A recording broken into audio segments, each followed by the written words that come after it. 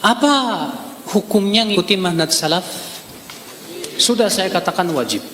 Apa hujah dan dasar Anda bahwa ngikutin manhaj salaf itu wajib? Saya bawakan dalil-dalilnya. Yang pertama, surat An-Nisa ayat 115. Allah Subhanahu wa taala berfirman, "Wa man yushaqiqir rasula min ba'di ma tabayyana lahul huda wa yattabi' ghayra sabilil mu'minin, nuwallihi ma tawalla wa nuslihi jahannam wa sa'at masira." Siapa yang mengikuti Rasul setelah jelas kepada dia petunjuk dan mengikuti selain jalan kaum mukminin. Perhatikan, kaum mukminin ketika turun ayat ini siapa? Sahabat. Berarti ayat ini tegas menunjukkan bahwa orang yang tidak mengikuti manhaj mereka, Allah katakan apa? Nuwallihi ma tawalla. Kami akan biarkan ia leluasa dalam kesesatannya. Wa nuslihi jahannam, dan kami akan bakar ia dengan dalam neraka jahannam. Wa sa'at masyara, dan itu seburuk-buruknya tempat kembali. Dalil yang kedua tadi sudah kita sebutkan, At-Taubah ayat 100. Allah berfirman, "Wasabiqunal awwalun minal muhajirin wal ansar walladzina ittaba'uuhum bi ihsan radhiyallahu anhum wa radu an." Dalil yang ketiga, sabda Nabi sallallahu alaihi wasallam pun juga sudah saya sebutkan tadi. Apa kata Rasulullah? Khairun nasi qarni, thumma alladzina yalunahum, thumma alladzina yalunahum. Sebaik-baiknya manusia generasiku. Kemudian setelahnya, kemudian apa? Setelahnya. Persaksian langsung dari Rasulullah bahwa manusia terbaik siapa? Sahabat.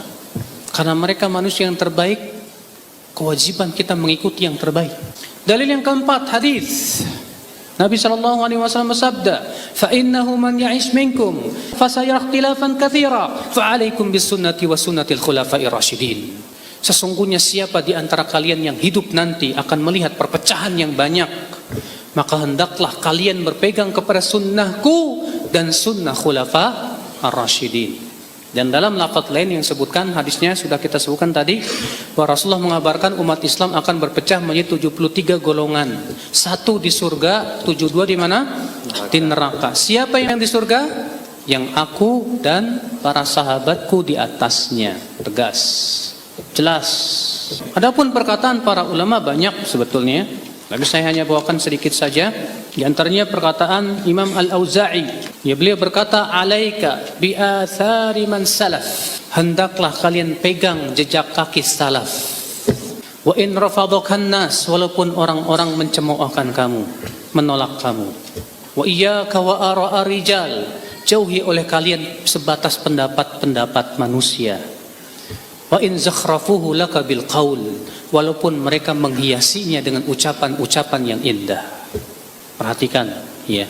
Imam Auza'i ini Pak seorang tabi'in, namanya Abdurrahman bin Amr, kunyahnya Abu Amr Al-Auza'i, terkenal ulama hadis yang terkemuka di zamannya. Berkata Abdullah bin Mubarak juga seorang tabi'in yang disebutkan oleh Al-Hafidz Ibnu Hajar Al-Asqalani dalam kitab Taqribut Tahdzib. Yang kata beliau, Ibnu Mubarak ini terkumpul padanya seluruh perangai-perangai kebaikan. Beliau ulama, beliau mujahid, beliau donatur, dermawan, beliau faqih, beliau juga ahli sejarah, beliau juga ahli qiraat. Banyak seluruh ilmu beliau kuasai, seluruh keutamaan beliau kuasai, Pak. Abdullah bin Mubarak berkata, kata beliau, ambillah, jadikan sebagai sandaran kamu adalah athar, yaitu Al-Quran dan hadis, dan ambillah dari pendapat yang menafsirkan hadis dengan benar. Maka pendapat yang benar yang dimaksud oleh Abdullah bin Mubarak, kata para ulama, yaitu pemahaman para sahabat Rasulullah sallallahu alaihi wasallam.